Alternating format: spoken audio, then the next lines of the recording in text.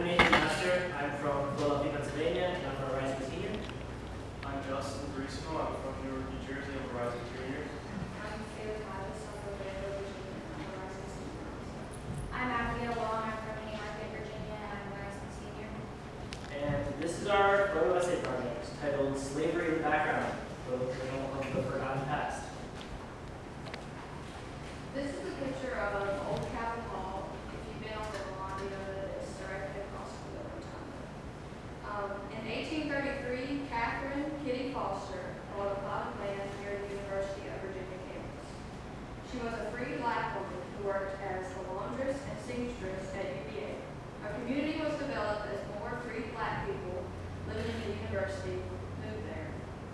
Old Capitol Hall was built in 1898. Old Capitol was used so that students, visitors, and professors would no longer be able to see the black community living there. The property was referred to later by students as Canada. The area was referred to as Canada because just like the U.S. and Canada, the property borders the university, but they have very different cultures and are seeking a heritage. This goes to show that the university also thought the site would be unappealing. This is a picture of the serpentine walls which surround all of the gardens behind the academical village, which is where the lawn is. Though the records here at the University of Virginia are quite extensive, it would appear as though Thomas Jefferson left few stones and leaves unturned when designing this university. Modern times have revealed that many of the oversights we deem unforgivable today were not actually oversights at all, however. Through manipulation of what would be traditional structure into a retrogressive barrier, both literally and metaphorically, the serpentine walls surrounding each garden at the academical village remain standing as a reminder of the history that grants them such significance to this day. The walls, while exhibiting progressive or advanced architecture, serve as an additional element to aid the prohibiting of equity and recognition for slaves residing and working on the grounds of the university. The specially designed serpentine walls, while concealing the noise of the working enslaved, duly conceal their stories and the extent of their contributions to the formation and foundation of the university. While the height of the walls removes slavery from visibility, they now serve as a reminder for current commemoration. In some ways, the once barriers now repurposed as a bridge between historical and continuing importance linked to forgotten injustices. Here is the University of Virginia Cemetery. To the left is an easily identifiable cemetery honoring the lives of the deceased. However, believe it or not, the cemetery to the right is the empty field to the right is also a cemetery. The only difference is that the one to the right honors the enslaved people at the time. However, there is nothing to commemorate these enslaved people. However, there is a statue in the cemetery to the left, remembering a Confederate soldier. Despite being enslaved, these people played an essential role in shaping the university, making a tombstone for a slave at the time of their death probably makes no sense, but the fact that the university has just started an effort to research about the people who have died is just promising. Why do you think people make graves?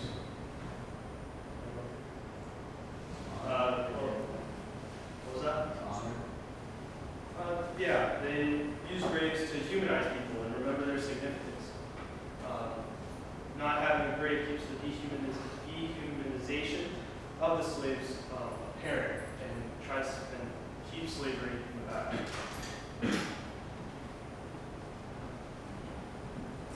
All right, so this is the Rotunda Memorial that's in the southwest corner of the Rotunda, and it reads, in honor of the several hundred women and men, both free and enslaved, whose labor between 1817 and 1826 helped realize Thomas Jefferson's design for the University of Virginia.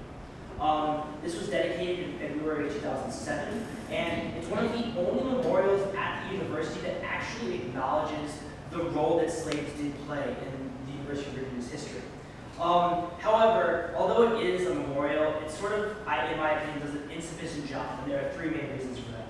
The first one is that if you actually read it, it's only looking towards workers that worked from 1817 to 1826. So less than a decade of work is actually being commemorated here, which clearly neglects to involve all the other both past and future work after that slaves were involved in. The second is the fact that they're meshing the work together of freed workers and of the enslaved people. Although on the community panel they did bring up the idea of it being sort of like a class issue and how hired workers were also treated poorly, what we see here is that slaves actually had uncompensated work and were often dehumanized with a really poor treatment. And that is necessary to understand, because when we're actually looking at the role that slavery played in comparison to hired workers, we see that slavery did play a huge role and probably should be commemorated on its own and not thrown in with other workers. And then thirdly is poor location. Look to the picture on your left, where it clearly shows that it's in this really sort of dirty area in this hallway. There is some construction being done, but then also it's not even like facing the right way. So if you actually want to read it, you have to walk into this archway and then turn and set yourself and then look down on the ground. Many people step over this monument. So what we're basically arguing for is the fact that slavery is much more important and shouldn't just be proverbially trampled. Okay, this is a picture of the museum train station at Montpelier. This was an original train station, which they now converted into a museum. However, they decided to keep it in the segregated format that it was in the 20th century.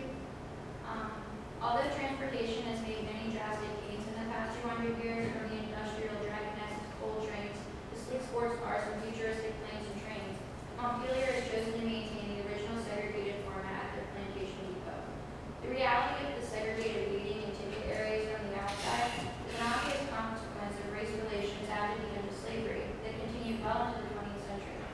On the inside, however, it cuts even deeper as a literal representation of how African American life was forced out of the line division, as a wall stands erected between the two rooms. The additional blows to African Americans, which forced them to sit in the much smaller and uncomfortable waiting room, are reminiscent of the troubles spawning from America's earliest days. The train station, which now stands as a museum dedicated to portraying the legacy of this, now past time period, is a daily reminder of the progress that is still needed.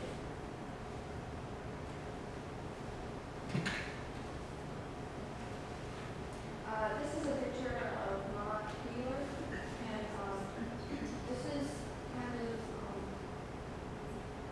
most of that, and then to the right is where they were doing some archaeological work, and they're looking for artifacts and more information about the slaves that they were there. Montpelier had the slaves living there that worked outside on display while Madison was there at that time. The positions of slaves being in the open helped Madison show off as well to visitors. But during our tour, many slaves that lived in the house were mentioned. The tour guide explains the relationship between Madison and some of the house slaves that were closer to him, almost as if they were best friends. And he doesn't really go into the fact that they were in positions of extremely unequal power. And the phrasing that was used by the tour guides, he made it sound like the house slaves didn't have it that bad, and he only really mentioned the field slaves to show that that's how bad they could have had it. They could have been out in the fields all day working in the sun and stuff like that, but there were people doing that. But they didn't put a spotlight on that because it's not as, I guess it's a more ugly side of what happened.